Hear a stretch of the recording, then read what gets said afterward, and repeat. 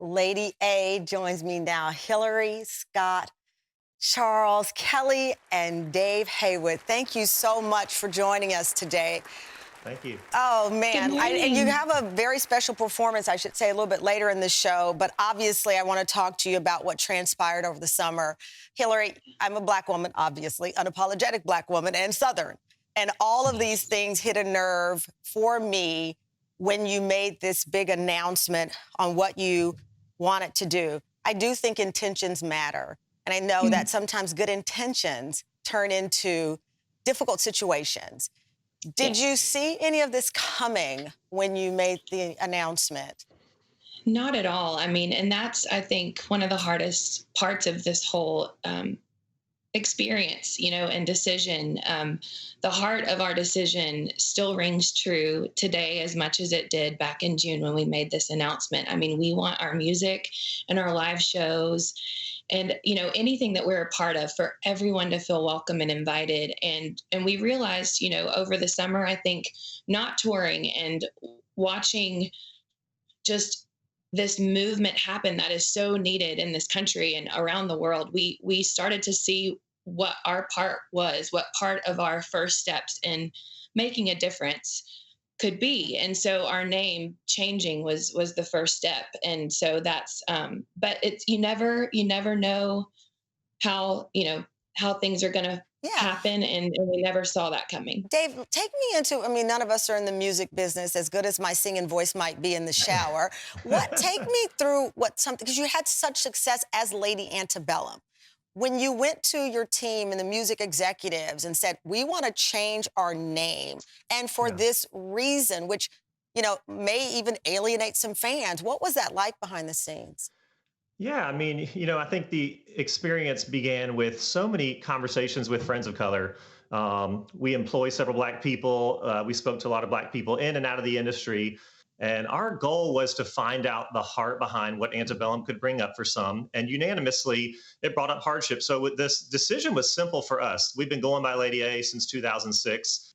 And I was just going through my journal the other day. And man, the common denominator with all of my conversations with my friends of color was, let's please keep having this conversation, y'all. Let's keep talking about this. Let's make some long-term commitments to this, which we've decided to do with our organization, Lady Aid, to support some HBCUs in underprivileged communities. So it was not the end; it was the beginning for us. And our heart, like Hillary said, still rings true of wanting everybody to be invited and included to our shows. I mean, we want everybody to feel welcome when they show up at Well, an music amphitheater is or an supposed arena. to unite us. And Charles, to that Yes. point, with Lady Aid, I think a lot of people, and myself included, didn't realize that prior to the name change, that y'all had announced this organization, Lady Aid. You created scholarships to support students who attend historically Black colleges and universities.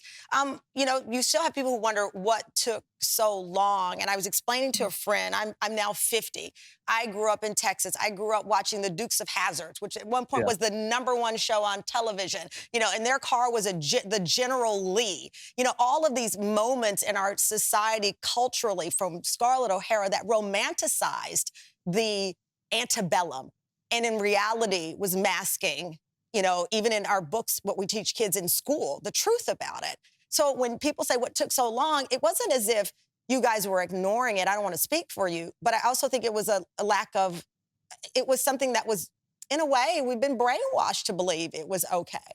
I think you nailed it. I mean, that's definitely been the thing for me. I think the word to me that resonates the most this year is blind spots, and I think I am so guilty of just not. I didn't think about it. We came up with this name thinking about an antebellum home and this. Hillary Scott is the lady antebellum, and I don't know. It's so naive now looking back. But I think as we've grown up, we all have kids now. I mean, why now? Well, we're a lot older. We look at the world a lot different. We're trying to leave the world a little bit better too for our kids Yeah. and the next generation, and Yes. we want to be a part of change. We knew this was going to be difficult. We knew we were going to alienate a lot of fans. We didn't see some of these other things coming, but it hasn't changed how we've tried. We're trying to resolve this issue with Anita, and we're trying to just really be a light out there for everybody. And we know it's Right. going to be tough. It's a very divisive Yeah. issue. Hillary, not because you're the woman, but I will ask you first, how has being a parent changed the dynamic here? Oh, I mean, well, I was the first of the three of us to become a parent. So Charles was the first to get married, and then I was the first to have a baby, and it changes everything. I mean, your perspective changes. I know for me, they were so patient just with me, getting back, healing and Mhm. getting to a place with both of my pregnancies. To where I felt comfortable kind of heading back out on the road, hitting the stage and doing all the things. How soon did you go back on stage after having your first child? Well, with Isley, my oldest, she's 7, and we were back doing work. We were doing some promo and things when she was like 3.5, 4 months old, Wow. and then started touring at like 5.5 months. And then when I had my twin girls, we went back out on the road. I think they were right at 6 months old.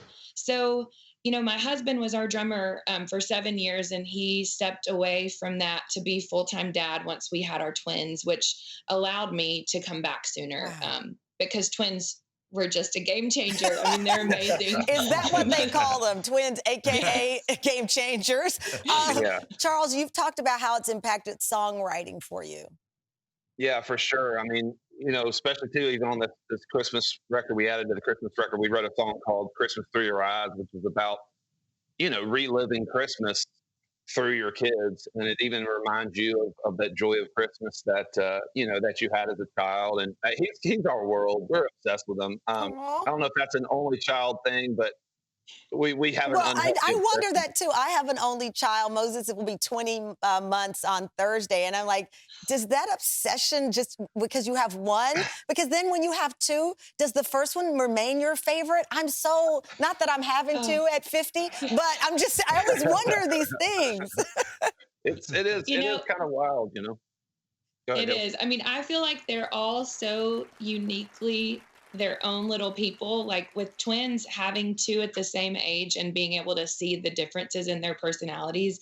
Like the things that I love about Emery and the Aw. things that I love about Betsy, it's just they're their own unique little souls. And it's just so sweet to watch It just is. how And they Dave, grow. it's so interesting because obviously you're juggling real babies, but then, of course, the band is your baby, and your baby keeps making hits, and your baby keeps bringing in, awards. Congrats on this Grammy nomination for Thank Ocean. you. I mean, Yeah.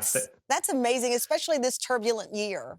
Yeah, thank you. I mean, it's an incredible way to end the year. I mean, that song, I mean, it's one of my favorite vocals ever that Hillary sang. Charles and I were actually in the sound booth, and it was her and a piano player, and I was crying. I mean, it was amazing. So to be recognized for that song, Ocean, is incredible. But yeah, I mean, it's a different world out on the road now. Lots of pack and plays. I'm waiting for my kids to run in the bedroom here while I'm doing an interview. But it's a different world these days. But oh, you're gonna make me cry. There they are, Cash and Lily. Oh, So I Oh. see. it's It a is a different. How do you handle the kids not really being able to see each other? Because I'm sure you thought, oh, great, we're all parents at the same time. These are instant kind of cousins, and yeah. they don't get a chance to see each other that much. How is that for you, Dave? It's hard. I mean, when we're on the road, what I love is all six of them play together. And, Isley's the oldest and she's kind of babysitting the younger ones.